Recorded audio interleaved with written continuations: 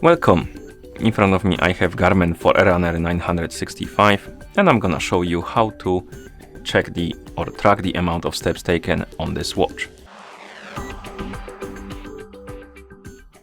First thing we need to do is to wake up the screen on our watch, and you can do it by tapping on it or by pressing some start button or back button, basically any of the buttons. And once you wake up the screen, you should see the current watch face, the home screen. And you can swipe up or down on this screen to open a list of glances, basically widgets. You can scroll through this list and look for the glance called steps. And here we have the progression through our day, basically the goal. And if you want to see more detailed information, you can tap on steps.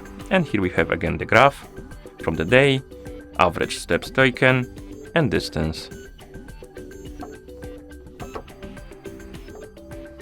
And I believe in distance we can also, oh, never mind, we can't.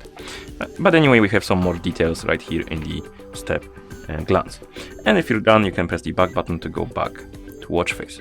If you want to see even more detailed information, you can do it on the phone. If your watch is paired with a phone, you can use the Garmin Connect application to check steps info. And to do it, let's bring our phone here. Zoom out the camera so you can see the whole screen of the phone. Okay. And on the phone that is paired with our watch, we can open the Garmin Connect application.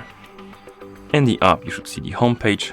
Now tap on the More to open the menu and select Activities. And here select, oh my bad, Steps. And right here we have more detailed information about steps. Why more detailed? Because we can basically check the daily progress, weekly, 4 weeks and 1 year, and you can see the graphs and data you would like to observe, and basically you can compare your stats and stuff like that. And once you're done, of course, you can close the app, and that's how you track the amount of steps taken on this watch. Thank you for watching. If you found this video helpful, please consider subscribing to our channel and leaving a like on the video.